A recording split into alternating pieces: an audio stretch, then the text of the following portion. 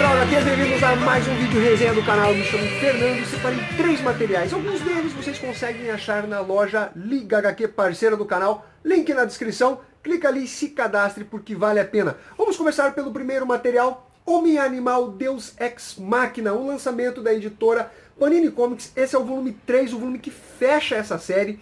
Material em capa cartonada, papel LWC. Eu já fiz resenha do volume 1, volume 2, e esse volume fecha essa série estupenda e fenomenal. Tem o preço de R$ 26,90, 252 páginas, compila as edições de Animal Man 18 a 26. Galera, no volume 1 eu dei uma nota 10, ou seja, indispensável demais para os colecionadores. Volume 2, uma nota 8,5. Por quê? Porque é basicamente uma preparação de terreno para o que viria a acontecer e fechar com chave de ouro esse volume 3, que é simplesmente espetacular. Grant Morrison, na melhor fase dele, ao meu ver. Depois ele acabou meio que se superestimando, escrevendo histórias um pouco abstratas demais, que exigiam uma pesquisa do leitor, recorrer a diversas publicações anteriores, e nem todo mundo tem saco para isso. Mas se você quer ver o Grant Morrison na medida, usando de referências, metalinguagens, uma criatividade absurda, nós vamos encontrar aqui em Homem Animal. E eu já adianto, essa edição aqui, ela não é nota 10, ela é nota 12, 15, 20 mil. Ela é simplesmente sensacional, um dos melhores fechamentos de fases de autores que eu já li. Olha, é sensacional, eu falo pra vocês, vão atrás desses 3 volumes, são só 3 volumes, porque você não vai se arrepender. Eu não quero falar nem muito sobre o plot dessa publicação, para não tirar a graça da leitura. Mas sim, nós temos uma viagem em LSD, quando o Homem Animal encontra o James ali, James Highwater, que acaba convencendo ele de que eles precisam experimentar um peiote para ter um deslumbre de como as coisas funcionam. Eles acabam tendo contato com os totens deles, que tentam apresentar a origem, a essência deles mesmos. É uma série sensacional, tem algo muito foda que vai acontecer, em particular na intimidade do Grant Morrison, que vai deixar ele totalmente alucinado. Ele sai da casinha. Tem também viagens com linhas temporais, viagens ao passado, pistas muito legais que foram colocadas no volume 2, e você começa a perceber nesse volume 3. Tem uma coisa ali, a lá Clube da Luta. Você não vai pegar muito essa referência. Você vai pegar, talvez, depois que você ler a história, você vai conseguir constatar o que eu estou falando. Mas não é um spoiler que eu estou dando para vocês. E só aqui dando uma dica, Grant Morrison na capa. Esse carinha aqui que está datilografando é Grant Morrison. Porque nós teremos, no final dessa publicação, as 2 últimas histórias que vai fechar essa saga, o encontro entre criatura e criador. O jogo que o Grant Morrison faz, explicando como funcionam os quadrinhos, a parte também de um suposto criador que nós temos, um deus, é tudo muito genial, é muito criativo, ele coloca tudo na medida, sem extrapolar aquela coisa de abstração, de deixar você viajando na história. Você viaja, mas no sentido de fazer você pensar, de fazer você raciocinar.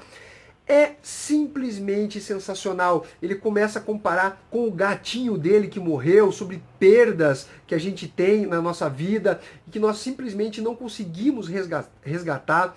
Eu senti até um lance de neurociência aqui nessa fase do Grant Morrison, mas a neurociência, salvo engano, surgiu até depois dessa fase, ou pelo menos não era tão divulgada. Eu achei muito bacana. Galera, é sério, esse material vale muito a pena. Os personagens que são apresentados de outras linhas temporais. Ele tem ajuda aqui do Mestre dos Espelhos, que é o inimigo do Flash, para se vingar de algo que aconteceu com ele. Participação foda do Pirata Psíquico, mais uma vez, com um personagem coadjuvante que representa a ideia de multiverso, por ele ter conhecimento do que aconteceu em Crise nas Infinitas Terras. Participação de outros personagens de linhas temporais. Galera, eu fiquei muito empolgado lendo essa edição. Vá atrás, caras, porque vale a pena. Isso aqui é simplesmente genial. Que nota que eu dou para essa publicação? Eu já falei, eu dou uma nota 1000. É um material que vale todos os centavos que você tiver. Faz um esforço, porque os 3 volumes, eles se fecham de maneira genial. Então, galera, é isso daí. Homem Animal, do Grant Morrison. O próximo material é versão brasileira Herbert Richards, do Gonçalo Júnior, uma publicação da editora Criativa, é um lançamento, pouco mais de 200 páginas ao preço de R$ 59. Galera, primeiramente falar do autor. Gonçalo Júnior é um cara que manda bem demais, ele conhece a história dos quadrinhos, a história do cinema, a história da TV em si, é um cara que sempre produz materiais legais. Então quando você vê esse nome Gonçalo Júnior, corra atrás, porque vale a pena. Eu falei num vídeo de aquisições brevemente sobre esse material, né? Versão brasileira Herbert Richards. E galera, vocês não têm ideia da importância que esse cara tem para a TV brasileira. É simplesmente um mago. O cara não aparecia muito, você provavelmente nunca viu esse cara aparecendo na TV, dando entrevistas, ele era um cara bem recluso. Mas a produção de filmes, de séries de TV, da parte de dublagem, galera, foi simplesmente sensacional e fundamental para a TV brasileira. Você pega ali na década de 50, 60, a população brasileira tinha um índice de analfabetismo muito grande. Então você imagina você legendar filmes, legendar produções estrangeiras, a galera não ia entender nada, até para o pessoal mais lento para ler, seria um problema muito grande. E a parte de dublagem do que ele montou foi simplesmente sensacional, salvou aí a população brasileira dos filmes e projetos legendados. Inclusive a dublagem no Brasil é reconhecida como uma das melhores do mundo. Mas não para por aí. Esse livro ela destrincha basicamente a vida pessoal do Herbert Richards e também a contribuição que ele teve para a TV, para o cinema, para a dublagem. Ele foi realmente um cara diferenciado, um visionário nesse ponto. Amigo de Roberto Marinho, um cara que lançou diversos artistas que hoje são conhecidíssimos aí do povo, como Jô Soares, Chico Anísio. Bom, esse material ele tem uma produção gráfica bem bacana, parece um papel offset, uma diagramatura muito boa, tem as orelhas aqui. Essa edição ela já abre com um caso envolvendo não a produção artística do Herbert Richards, mas sim algo muito pessoal, que foi um salvamento que ele fez quando um avião da VASP caiu na Baía de Guanabara, no Rio de Janeiro. Diversas pessoas acabaram morrendo, foi um acidente muito trágico, olha aqui as pessoas machucadas. Então você já começa a perceber que essa obra vai além da produção artística dele, mas sim também da parte pessoal. A relação dele com o Walt Disney. Sim, ele era amigo do Walt Disney. Então a gente vê toda a admiração que outras pessoas tinham pelo Herbert Richards.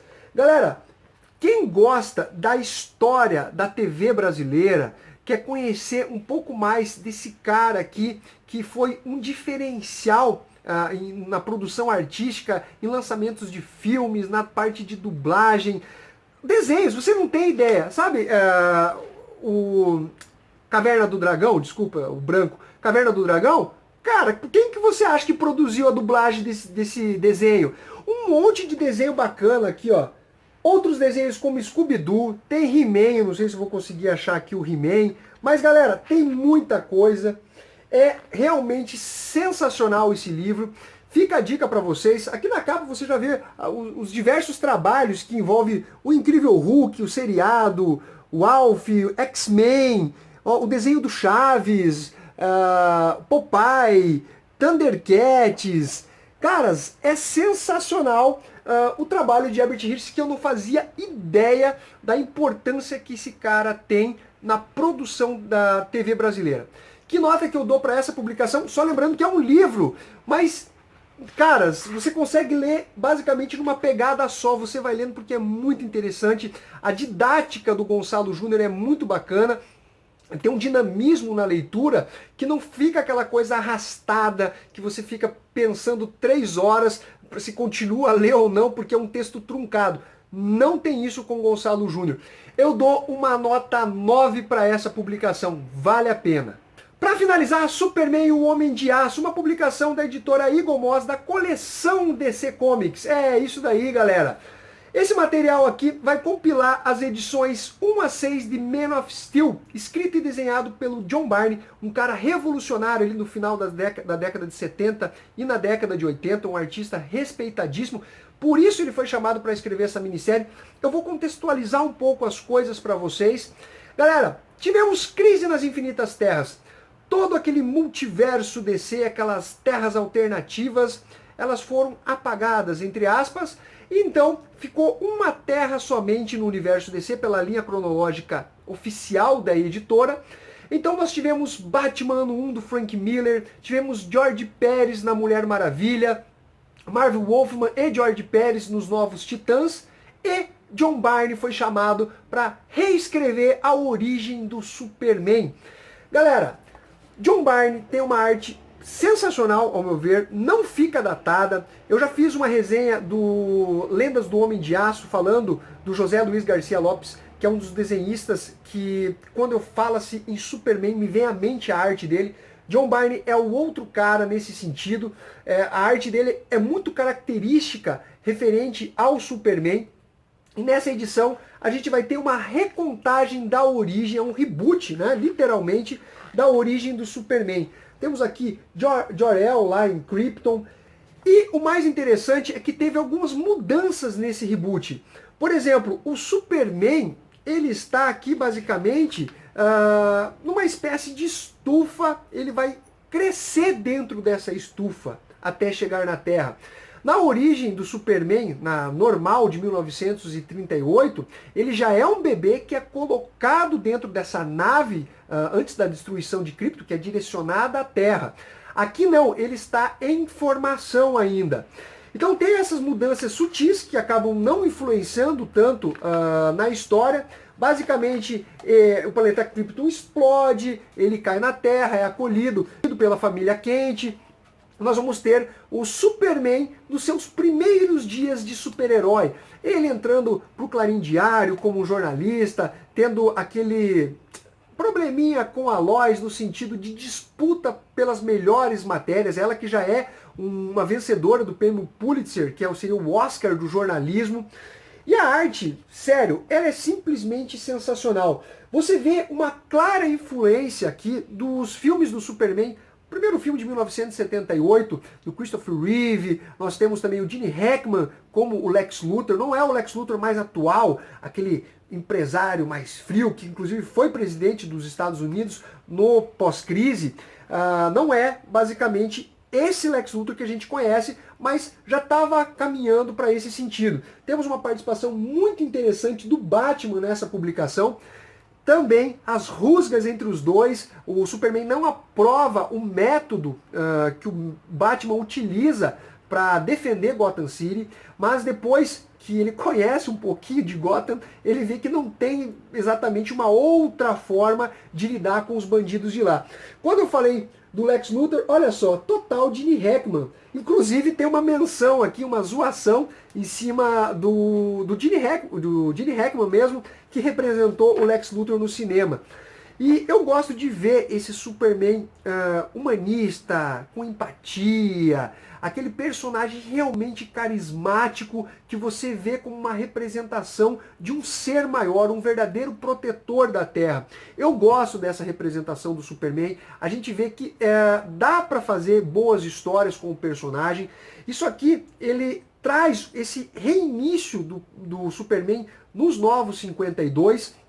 Não é a coisa que você fala, nossa, a coisa mais genial que eu li. Mas você vê que é uma história muito bem escrita, uma história coesa. Ela brinca com vários elementos do Superman, como a aparência dele, como ele não vai ser reconhecido, é só colocar um óculos, como funciona isso, e o uniforme dele, quem fez esse uniforme. Então o John Byrne tentou fazer um trabalho bem completo com relação ao Homem de Aço, obviamente, posteriormente teve um desenvolvimento maior do personagem, mas eu achei simplesmente sensacional essa posição do Superman e as responsabilidades que ele acabou assumindo para se tornar o protetor da Terra. Vai ter um outro vilão que vai aparecer nessa história ali, que se tornou um vilão clássico do Superman, além dos Lex Luthor, que já tem o ódio, e é explicado o porquê desse ódio pelo Superman também. Então você vê que realmente é tudo bem amarrado, é tudo bem construído pelo John Byrne, e obviamente a arte sensacional. Olha, que esse Superman vai dizer que não é um personagem de design foda. Ele passa um altruísmo para o leitor sensacional. E depois nós temos as capas da edição dessa minissérie da Eagle Moss e a primeira aparição do personagem em Action Comics número 1. Essa capa aqui clássica, usada como referência em diversas outras publicações, com homenagem e tal. Galera, que nota que eu dou para esse material aqui? Ele é um material que me agrada, que eu não acho datado, é bem escrito pelo John Byrne, você vê uma leveza, uma dinâmica no roteiro dele, o traço sensacional, eu dou uma nota 9, eu considero um dos materiais indispensáveis dessa coleção da Eagle Moss, que inclusive vai ter vídeo fazendo, que obviamente um pouco pessoal, mas indicações do que seria indispensável para você, colecionador, ter, já que você eventualmente não vai comprar toda a coleção, até por conta do aumento de preço que ela acabou sofrendo. Galera, ficamos até a próxima, se inscrevam aqui no canal, isso é muito importante, dá o seu like. Eu sei que tem muita gente que não participa diretamente, mas dá o like ali, galera, é importante para o canal. Vocês querem mais resenhas, materiais de qualidade, materiais diferenciados para vocês, isso é muito importante. Deixe seu comentário aí e ficamos até a próxima. Fui!